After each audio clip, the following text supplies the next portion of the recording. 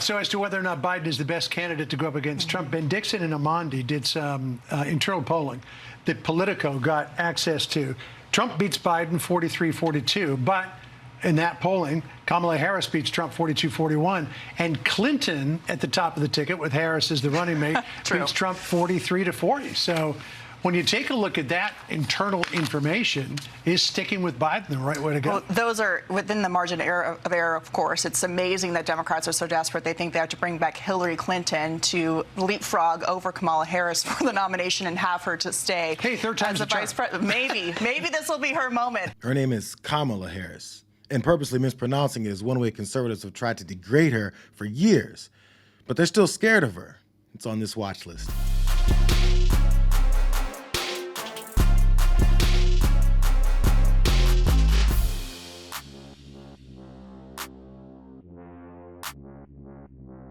What would it look like if Vice President Kamala Harris was in a matchup against Donald Trump and not Joe Biden?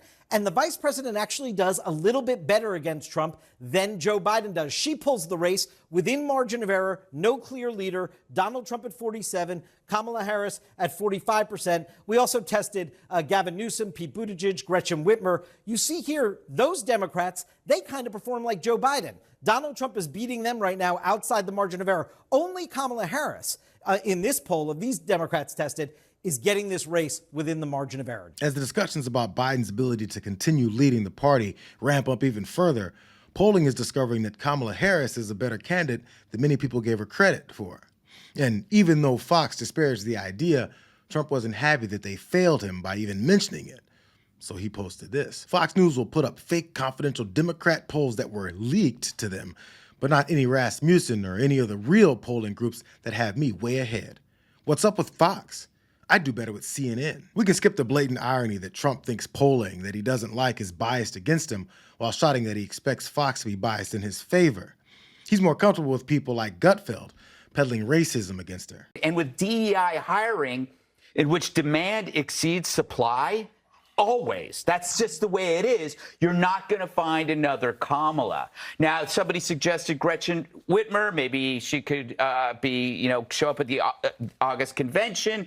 But I think she has a kidnapping scheduled for that week. Nothing says Make America Great Again like joking about a MAGA plot to kidnap and murder the governor of Michigan and claiming that VP Harris isn't qualified to do anything other than those black jobs that Trump designated for us. People like Greg Gutfeld have been feeding the newest N-word dog whistle of DEI hire to maintain a healthy level of discrimination and hatred from the people he sees as superior. He knows that characterizing the presence of black people in professional settings as undeserving triggers the well-maintained bigotry our country was built on. When the big donors say, you're not getting a red cent, we are pulling the plug on the campaign, then the Democrats are going to say, Joe, what do you want? And right now, Hunter is negotiating. Yep. I want a pardon. We want extra bags of cash. You're going to give us sinecures. The hostage takers are now negotiating for the presidency. But I mean, do these donors really think that Kamala Harris is going to do better in Wisconsin, Michigan, and Pennsylvania than Joe Biden would? I mean, that's because it can't be anybody else, right? Hey, Rob, you're being logical. Stop it. All right. She's a DEI hire, right? She's a woman. She's colored, therefore she's got to be good. Yeah. And at least her brain doesn't literally freeze in mid-sentence. Yeah. Matt, your final thoughts. And what do you think about what Sebastian just alleged there? Yeah, I think there's been some pretty good analysis. It's when your best argument against the vice president stepping in when it's needed is that she's a woman, and even worse, a black woman. It's pretty clear that they believe voters will go their way simply because of a hatred for anyone that's not a straight white Christian man.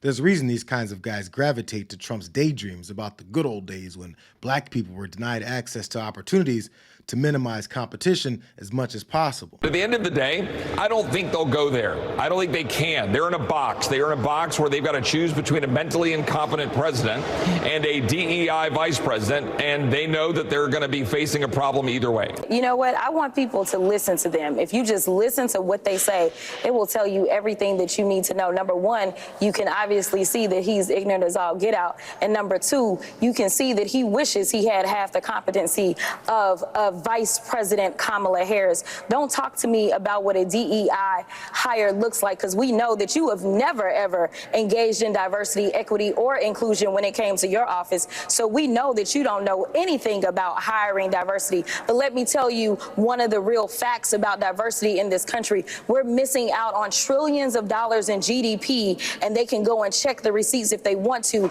because we have the rogue governors coming out of the state of Texas that are anti-DEI. We've got the rogue governor in Florida and so forth. And so what they need to do is get over their incompetence and just try to get on our level and decide that they're going to compete and start to come up with actual policies instead of going after people because of how they look or how they were born. From what I've seen, VP Harris has largely been kept out of the spotlight, possibly to temper conservatives' knee-jerk reaction to call her their favorite slur.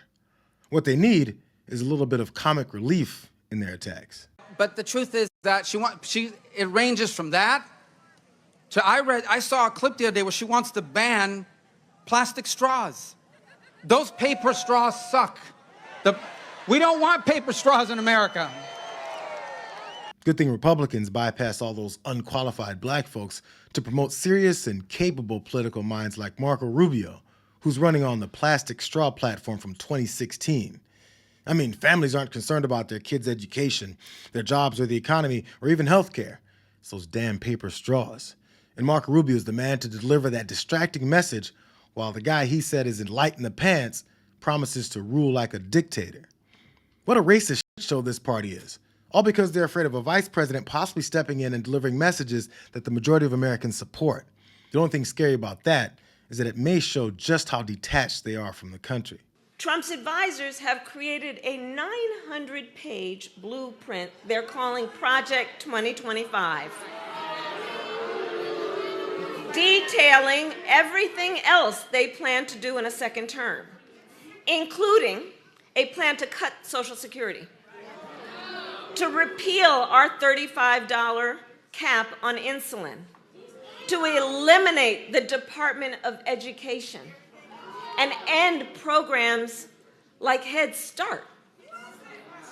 And Project 2025 outlines a plan to limit access to contraception and for a nationwide abortion ban, with or without an act of Congress. Remember, then President Donald Trump handpicked 3 members of the United States Supreme Court because he intended for them to undo the protections of Roe v. Wade. And as he intended, they did.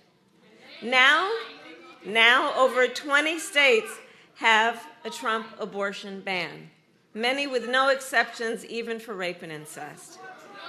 And Trump has not denied, much less shown remorse for his actions.